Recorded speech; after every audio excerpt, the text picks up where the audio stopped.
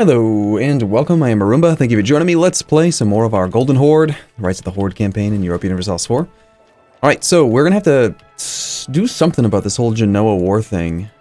He's a tech level ahead of me right now, but I'm pretty sure we can beat him if we just get over there. Right now we can march through our vassal, the Ottomans, into Hungary, Austria. Nothing through up that way. We can get close, so I think I might consider sending some troops over there soon. He's got 11 in the front row with 1 cannon behind, so we'd like to send a stack of 15, ideally. Why don't we grab all these troops over to here for now, finish the looting in Azov, and then we'll send that army west. For now, though, let's go ahead and go back down to speed 3 for just a moment. I had to take a break in recording this campaign for a moment. Look at that 422 cannoner fighting against this guy by 1 day, defending in flat terrain. Sabir, are you considered to be a horde? I would assume so. Yes, so you're going to get a flat terrain advantage. He does have, amazingly, he does have a cannon. 1 cannon that I don't have. Muscovy's levied war taxes. He is winning his war against Sweden, so it looks like he's doing a fairly good job. That army's been dispatched to take care of that thing up that way. We were looking to loot 3 development provinces. This army, I think, had just been taking care of a siege. Grab one of these guys down to Bust. Send you down to there.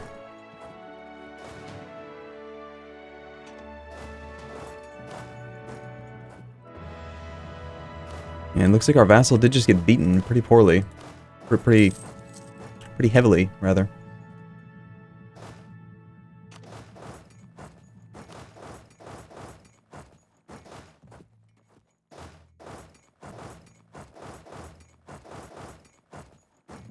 Okay, he is kind of looking like he might want to come back into his own territory here. Trying to get up some individual war score against this fella. We're like 2 months away from being done looting. We could take an idea right now, and as appealing as it is to get that tradition of conquest, as I mentioned before, I'm going to go ahead and take the next 2 levels of tech first. We have disloyal vassals, shocking. At a 316% liberty desire on Persia.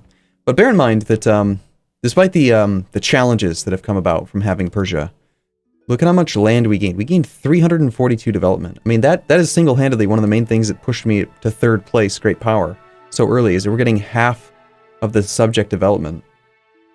So 208 is what we're getting credit for. I guess it's taking, what, the autonomy modified number first? Because it shows them at 342. They probably have 208 autonomy modified development, and then we get half of that. Perhaps? I'm not sure. Let's just take the moment here to read this more clearly. Total developments being listed at 703. Half of subjects development. The way that reads makes me think that he's got 416 development, but I don't think that he's actually got that much. It says here he's got 342. Oh, right, we've got other subjects is the issue. Right. Great powers is showing all subjects together. So we've got to factor in the development of Sibir, the development of Theodoro, and the development of Nizhny Novgorod as well. So, okay, sounds about right. Okay. Here goes 1 more month here. This army has been here. Loot is pretty well taken care of, although this loot bar is recovering. Might as well let it recover for a few months. We'll probably maybe come back to it in the future here. Let's go ahead and run all the way over to somewhere in the middle of Hungary, in the flat terrain, in case he does actually come toward us. He's not actually coming to fight our army, so that's kind of nice of him. Making some progress in some of these sieges. Go speed up a little bit here. Level 3 fort in his capital is going to take a fair bit of time and effort to siege down. Individual war score is at 48%. And honestly, I'm just wanting to take as much from pretty much everyone as possible. You do have transports, yes? You have 7 transports. Could you please bring some troops over so that I could kill them? I would appreciate it greatly.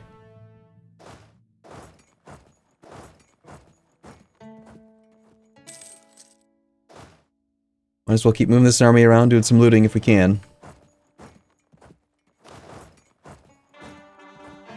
Oirat has broken their alliance with Haichi.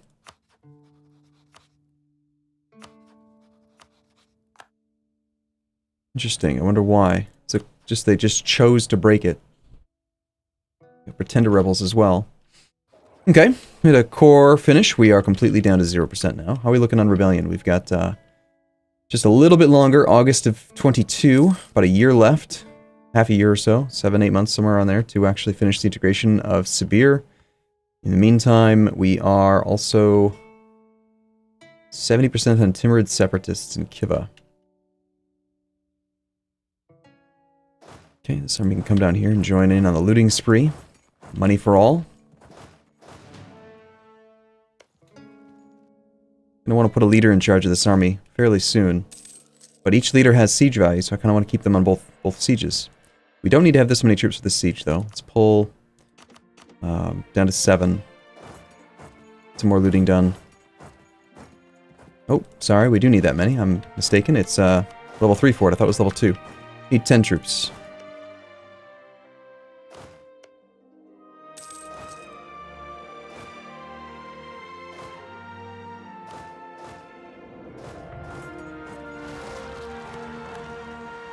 It's just peasants.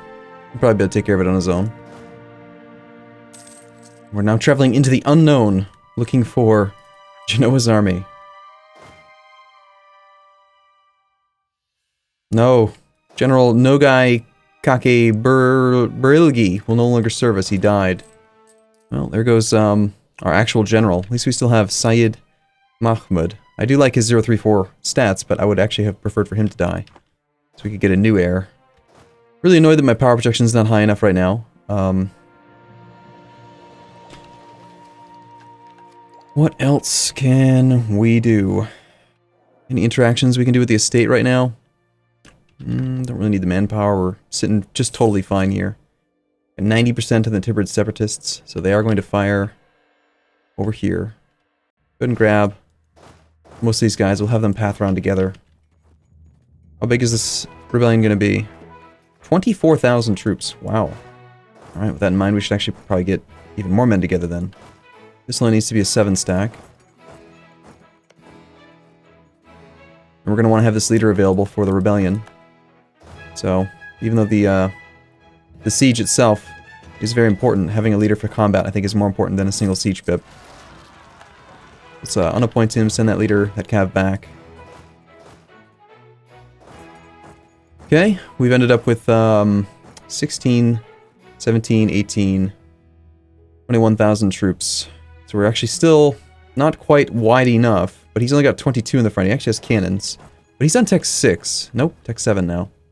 And we're very close. I think we can actually take Tech 9 possibly before this battle. We'll have enough in October. You need 575. You currently have 560. I would really prefer to avoid having him have even more separatism.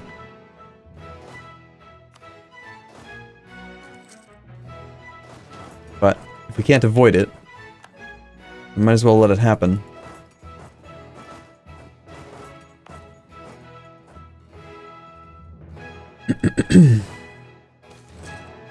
There goes Sibir. Okay, so we've gained a cannon. Sweet. There she is. I didn't even have to pay for her. Spectacular. Now we're losing even more money. Yay. Spending quite a bit right now on rooting out corruption. Way more than we need to be. In fact, almost down to 0. Let's go ahead and pay for nothing right now. Okay. Looks like he didn't core every province for me, sadly. There's this province up here with 16.1 unrest that he failed to get cored before we could integrate it. Go ahead and core it now.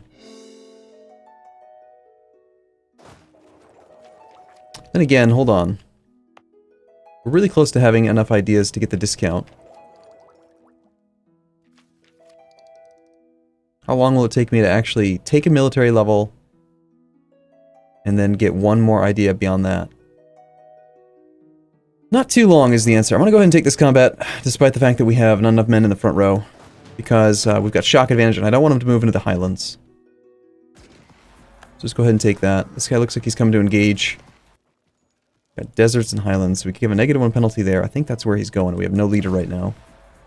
Of course, Saeed's going to roll a 4 number. And he is not actually going for the province itself. Very close fight, but we actually pulled out at the very end there. Trade 10,000 manpower to deal with the Timurid separatists. Alright, it's fair enough, we'll take it. Let's go ahead and take military tech right now, before it gets any more expensive. Actually, that would have been nice to have had before the end of that. For that battle, but I was afraid that they would move to the Highlands. Nepal's just declared war on Yarkand. Building up spy network strength against a few people.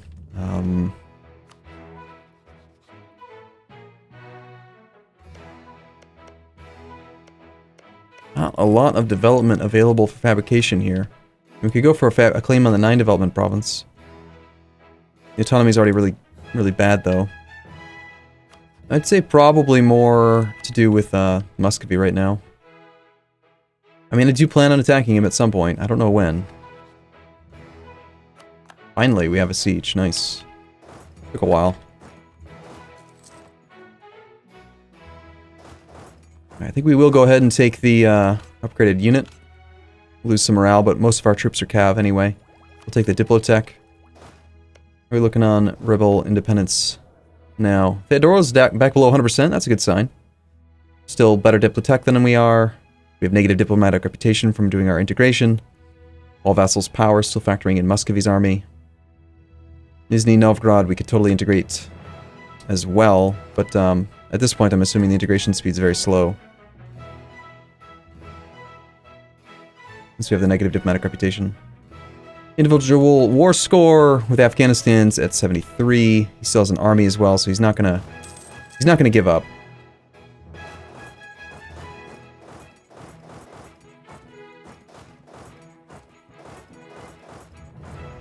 Theodoro has broken their Treaty of Support Independence. Again.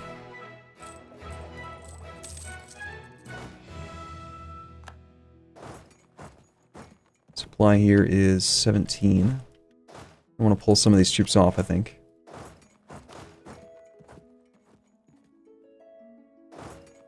Go engage in the flat terrain. Do a shift consolidate. Might even be a stack wipe, depending on how we roll. So we got an 8 in the first phase. 9 for the shock. Oh, he got an 8. Sorry, we're on the bottom. We got a 9 in the first shock phase. Very, very powerful. Followed it up with a 1 versus something good on his side. Pretty solid. Barely even lost a little bit under 1,500 men. We killed all of them. Cool. We'll take it. Let's grab our leader. Get him back in charge of this siege. Some more looting to do. In Kokand.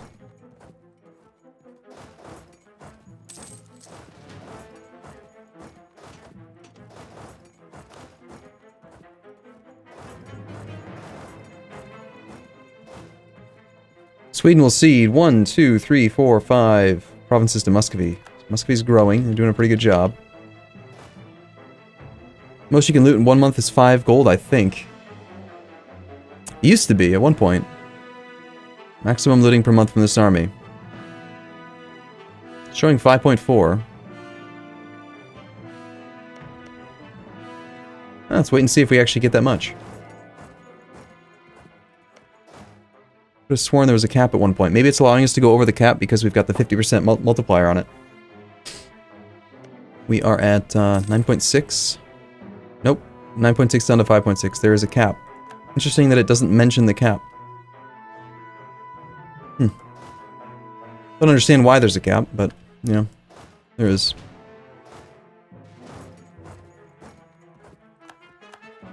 Hey, we have that army just hanging out over here, waiting for the leader.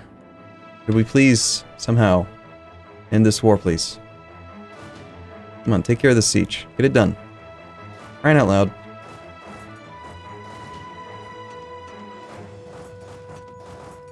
Alright, forget it. It's gonna take however long it takes, and I'm just gonna march the army over to where it needs to be. Ooh. Possible rebellion there.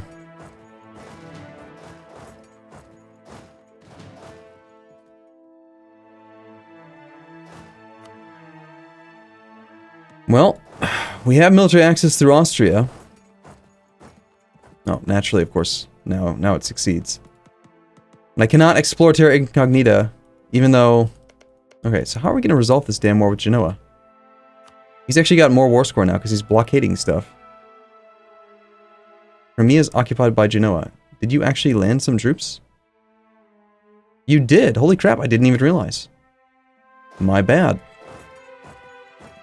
And he's apparently been here for quite a while, 150 days, and I'm just now realizing. Whoops. Well, that's good, though. That's the situation we were looking for. Let us, come back from Poland, probably.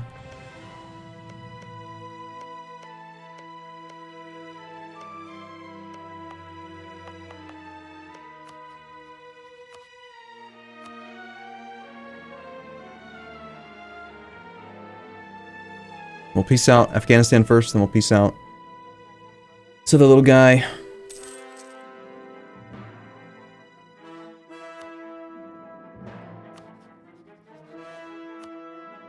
Okay.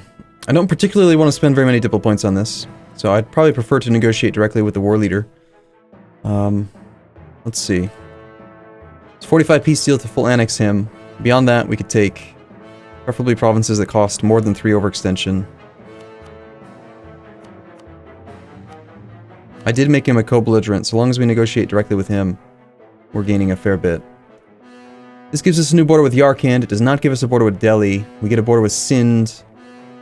And that's kind of okay. Any way we could finagle this so we do get new borders? We do like that instead, but that costs me the border with Sind.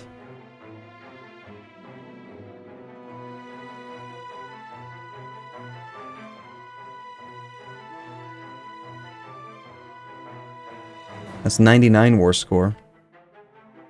It's a lot of aggressive expansion. Timurids still hate me. Afghanistan obviously hates me, but they practically won't exist anymore. Yarkand will likely join a coalition. They'll be the only member eligible, and then Kokand will have a truce. So it's just Yarkand, and we're about to attack Yarkand anyway. 73 overextension, 18 something prestige. That's no money, unfortunately. 25 gold. Yeah, let's go ahead and do that. And we're already at 4% overextension. But again, the nice thing about being able to burn stuff down is that we're going to be able to reduce the amount of overextension. We're at 77 according to this right now. If we burn things down... Why are we getting 19.99?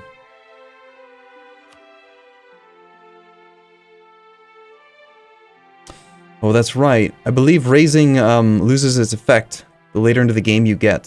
So that's probably why it's starting to go down. It's a shame we can't stockpile Horde Unity from all this burning of things, but...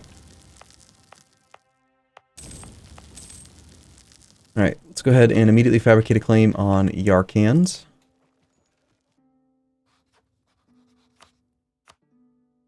We can stop building a spy network against him already.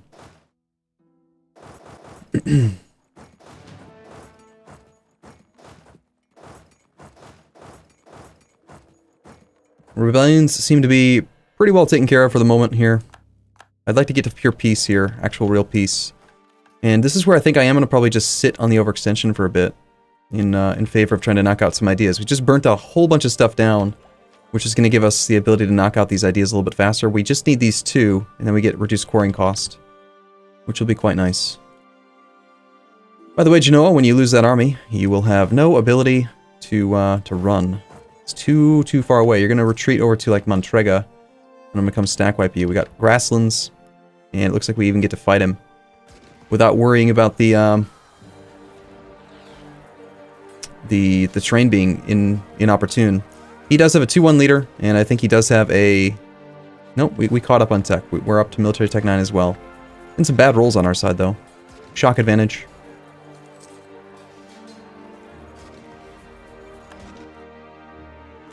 To renew some more loans. 4.7 war score from battles. And he's definitely retreating to Montrega. Let's just march the entire army over there for now. Let's spread this army out because I'm concerned about it being too large. I think our truce with the Timurids is already getting close to expiring, and I know we can attack Uzbek again soon. It's just a 3 development province, but it'd be nice to get the prestige. Let's go ahead and buy down our Looks like these tribes have lost some influence. We could raise a new host, gain a free general. Nope, see no real reason to not do that. What do we get? We got a 1-1-2-1. Ugh.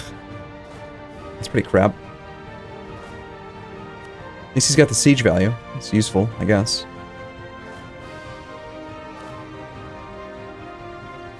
Bring you up here with the cannon to take care of that quick little war with Uzbek.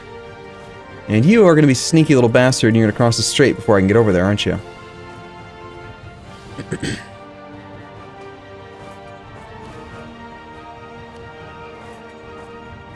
Nowhere to run, nowhere to hide, sir.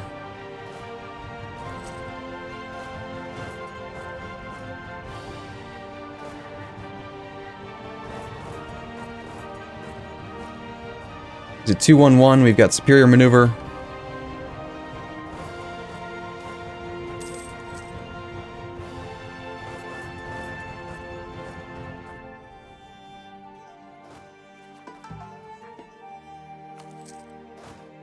Can knock out another idea now. Let's go ahead and take the National Unrest modifier. And that's actually incredibly useful. Bringing our National Unrest down a little bit. Well, right now it just offsets the damn Cruel trait, which we're going to have for all of eternity, apparently. But, we'll see. 8 more war score from battles, and here comes the stack wipe. Gets one more quick little bit of recovery, but... Hey man, we're a horde, and you're on plains. What are you expecting?